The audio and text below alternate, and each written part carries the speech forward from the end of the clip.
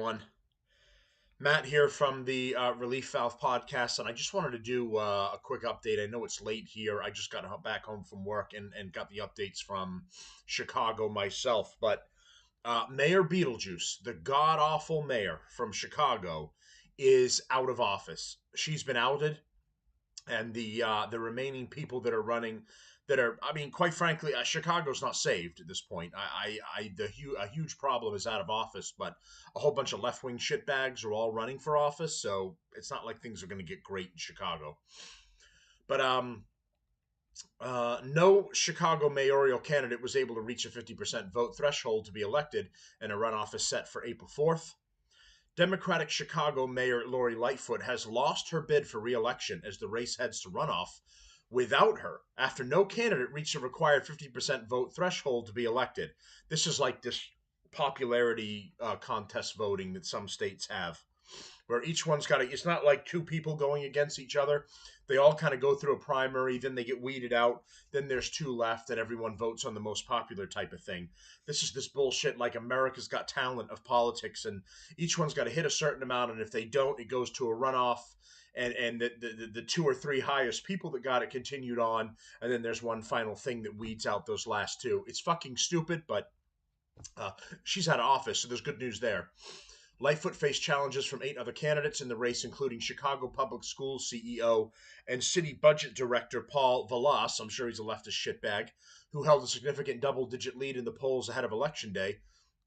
Leading up to the election, Lightfoot also narrowly trailed Brandon Johnson, a member of the Cook County Board of Commissioners, by 2 points, and was in a dead heat with Democratic Rep. Jesus Choi Garcia, who represents Illinois' 4th Congressional District. Vallas received enough votes to head to the runoff and will face Brandon Johnson on April 4th. Lightfoot conceded her bid Tuesday, stating, "I will be rooting and praying for the next mayor of Chicago." No, you won't. You'll be in your house throwing a fucking hissy fit. So here's the numbers here. Paul Vallas, who's going to the runoff, 171,000 votes. Brandon Johnson, 102,000 votes.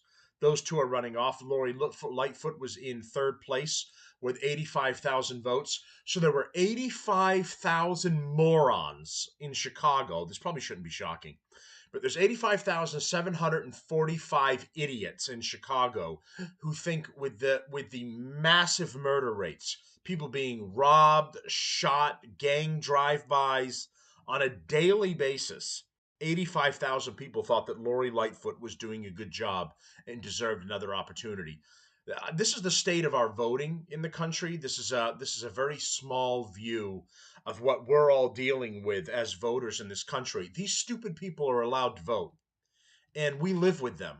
We're forced to live with them. And they wonder why Americans can't get along, and it's like we get talks of states just seceding from America and becoming their own country or something, and why we could have a civil war. There's stuff like this. When you've got this stupid of people who are going to vote to put a bitch in who has been destroying your life while force feeding you happy thoughts that everything's fine while you're all being shot by drive-bys in Chicago, and she's telling you, no, everything's great here and the crime really isn't that bad. I mean, that's a shitty thing as an innocent person just trying to live your life. That's a shitty thing to go through and have 85,000 morons say, yes, more of this, please. And that's what we get with votes for the Democratic Party in multiple states. It's can we have more garbage, please? Can we have more trannies and more people who don't know what their gender are, and more transitions for kids, and more criminals on the street, and more drive-by and shootings? Can we have more of that? Because we like that. That's what we get from these fucking idiots. So, all right, crime was seen as the central theme of the race, and the city's soaring crime rate served as the backdrop to Lightfoot's dismal approval rating, according to one poll. She also faced sharp criticism for her less than cordial relationship with law enforcement throughout her tenure, which saw a drastic reduction in police officer headcount to coincide with the rise in crime. During her time in office, homicides in Chicago rose to their highest number in 25 years in 2021. But of course, if you ask her, the crime's fine, don't worry about it. According to police department records, outpacing New York City and Los Angeles, Lightfoot frequently touted Chicago as a safe city and defended her record handling the issue, including touting a multi-tiered strategy to curb gang and gun crimes last August. Vallis portrayed himself as the law and order candidate and received support from Chicago's police unions. He was also a sharp critic of Lightfoot's handling of crime. So there's Paul Vallis right there. Let's see if he's coming from the school system, and the Chicago school system is another bunch of left-wing nut jobs. So I don't know about that. Brandon Johnson is right behind him. So I mean, I don't know. I will see what happens. I don't have super high hopes for Chicago, but I'm going to assume that anything is better than Lori Lightfoot. Let's see. Chicago law allows for mail-in ballots received after Election Day to be counted as long as they are postmarked by February 28th and received by March 14th. So we know how the Democrats like to cheat with mail-in ballots. So we'll see if what that turns into, if more come in, if she still has a fighting chance, or that she's essentially conceded at this point. Because I think she was saying that she's out, but she's going to pray. Yeah, right. She's going to pray for somebody who's going to lead Chicago in a good direction. But she wished it could be her, and for her to keep doing the same shit job that she's been doing.